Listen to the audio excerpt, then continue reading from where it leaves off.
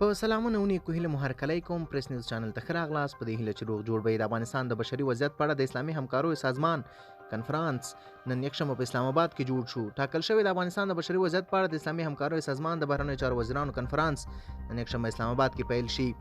دوستانو زموږ چینل ته ښه راغلاست. کوم تر اوسه چینل نوی سبسکرایب کړئ اوس سبسکرایب کړئ. د افغانستان د بشري وضعیت د ارزولو په اړه د اسلامي همکاریو سازمان تازه غونډه اسلام آباد کې کیږي. ټاکل شوی د افغانستان د بشري وضعیت په اړه د اسلامي همکاریو سازمان د بهرنیو چارو وزیر کنفرانسونو سبا یکشنبه په اسلام آباد کې پیل شي. د اسلامي هیوادونو د همکاریو سازمان پر خپل ټویټر باندې لیکلي چې د دې سازمان سرمنشي حسین ابراهیم طه تیر ورځ په اسلام آباد کې د پاکستان د بهرنیو چارو وزیر قریشي سره کتلي او د افغانستان د اسلامي همکاریو سازمان د جوړېدو کنفرانس د وروستیو امادګیو په اړه خبرې کړې. ټاکل شوی د افغانستان د بشري وضعیت په اړه د اسلامي همکاریو سازمان د بهرنیو چارو وزیران کنفرانس نن یکشنبه د ډسمبر پر 20 د پاکستان په قربتوب په اسلام آباد کې جوړ شي. په افغانستان کې د تیر نظام تر بدلون وروسته د سعودي عربستان پاچا تیر میاشت په افغانستان د بشري وضعیت په اړه د اسلامي همکاریو هیوادونو سازمان د غونډې جوړېدو غوښتنه وکړه. تر هغه وروسته پاکستان د کنفرانس جوړېدو وړاندیز وکړ.